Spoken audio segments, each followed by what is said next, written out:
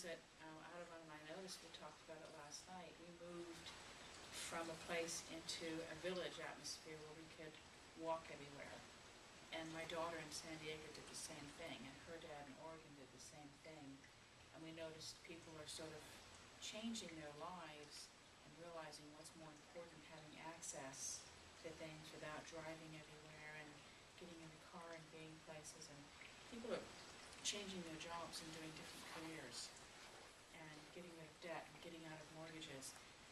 How many people would be willing to consider that everything in the economy that has happened isn't really chaos? And I know it's a big hot topic of conversation. What if it's really order? What if all of these things are happening, the stock market and all the mortgages and everything, that it's really creating a paradigm of having a clean slate in the way that we perceive what our real needs are? And I know I hear people talk about finances in the stock market and what President Obama is doing, but what if the appearance of chaos was really a pretty clear, defined order of things? That we're getting away from that license plate frame that I saw years ago that was a huge defining moment for me. Sing-songy of Snow White and the Seven Dwarfs. I owe, so it's off to work I go. How many people live that paradigm? You owe rent, you owe a car payment, you owe credit card debt. So, I mean, you're working just to pay off debt. And that's, I think, a lot of shifts that people... Did you want to share something? Yes, if I may. But please continue your chain of thought first. It's a shift that we're getting out of. And all these mortgages that people are walking away from.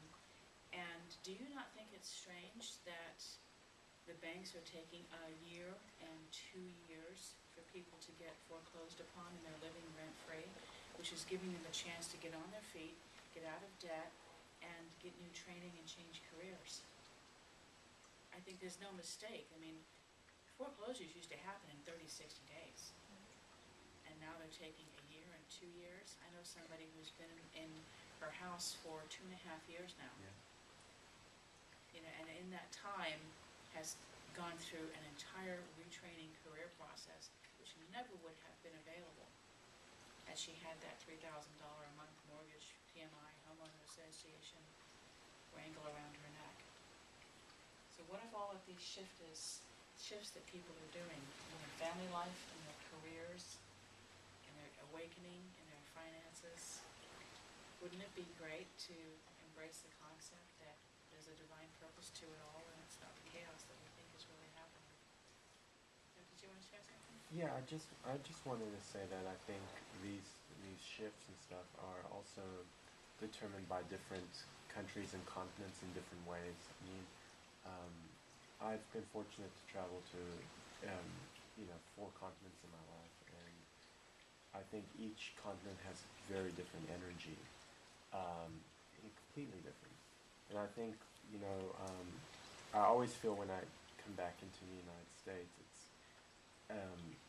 for lack of better words, I think there's a very young energy in this country in a way.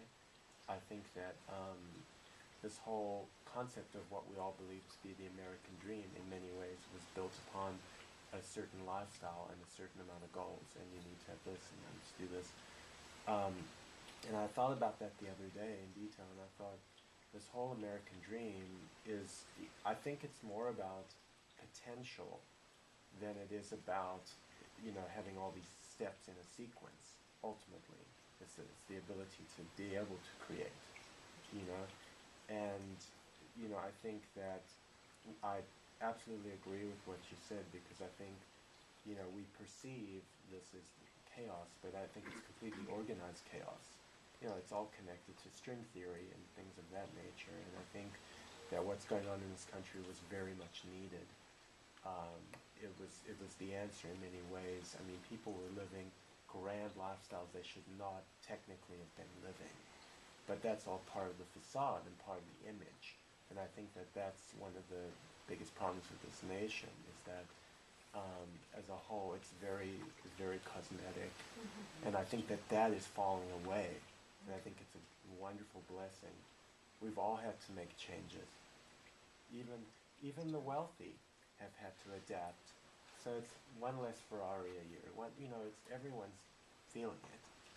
So I think One less shopping spree at Nordstrom's. it's everyone is adjusting. I dearly miss, by the way. Yeah, no, absolutely. So I think of it as a greatest blessing. We've all struggled in certain ways with it, but I think it's bringing out I know, but we're really, better people. have we really experienced detriment? I mean, No, outside of our perceptions of detriment. we've not. And my guides are asking me to share with you, Shakespeare's expression that all the world is a play. For those of you that have read Shakespeare, most of his plays develop a series of twists and turns in the plot where all of a sudden there's mistaken identity and situation happens. And it gets worse and it gets worse and it gets worse and it gets more complicated. But with every Shakespearean play, what happens? Right at the end, everything gets resolved and everybody's happy and everybody's getting married and feasting and going off and having sex and everything always works out right at the end of Shakespeare's plays. In the very last scene, all the chaos all of a sudden just settles and everything is perfect, like a lotus flower. And so my guides are telling me to tell you, what if everything we're experiencing now is like a Shakespearean play where it looks like things are going wrong at every single turn, even more and more with the mortgages and the stocks and the economy and the wars. And what if you could embrace the idea that all of a sudden we're going to experience bliss and perfect order? Would that be something you'd be willing to consider? So it's not actually going to get worse, it's going to get a whole lot better really fast and really soon in ways that we could probably never have imagined. Well, chaos is part of the creative process. It is. It is. Kali, the goddess of destruction, you have to destroy in order to rebuild. It's just a natural process. I was just gonna make a comment based on what you said, is that it seems like 15 years ago, it was all that acquiring that got us stuck. And now we're sifting through it and becoming more genuine and really simplifying our lives, and it's so much easier. And then things come to you when you just, that's what I'm finding, you're sifting through all that. If you decide to clean out a drawer, Yeah, it's all self-contained in that drawer, and you kind of don't realize there's a bunch of junk in there, but you've got to open that drawer, bring everything out on the counter, and have a mess all over the kitchen for a day. But then you sift through it, realize what's important, and put back in the drawer exactly what you want. It takes up a whole lot less space, but you did have to endure a little bit of mess in order to get to the order. And that's all we're doing right now. Yeah. Is we're going through a little bit of reorganizing and chaos that has a purpose, that has a reason, that has a course. So I invite you to simply sit back and just watch as these events unfold and ask yourself to be reminded of the universal truth behind what's really happening. And I don't know about you, but one of the expressions I use with my clients is, would you like to see the universal perspective of this? Do you say something similar or along those lines? Getting them to kind of pull back. And To the big picture, that's an image that often comes in hypnosis, is to take someone to the top of a mountain and have them look back. And so that's a perspective kind look of down thing, on it, and look yeah. down how small everything looks. And, or I'll say something like, would you like the 10,000 mile up viewpoint on this? The universal perspective, and when you recognize, how very small and what is going on. Not that it's emotionally insignificant, because we have compassion that the people that are experiencing what they do, it is very real to them.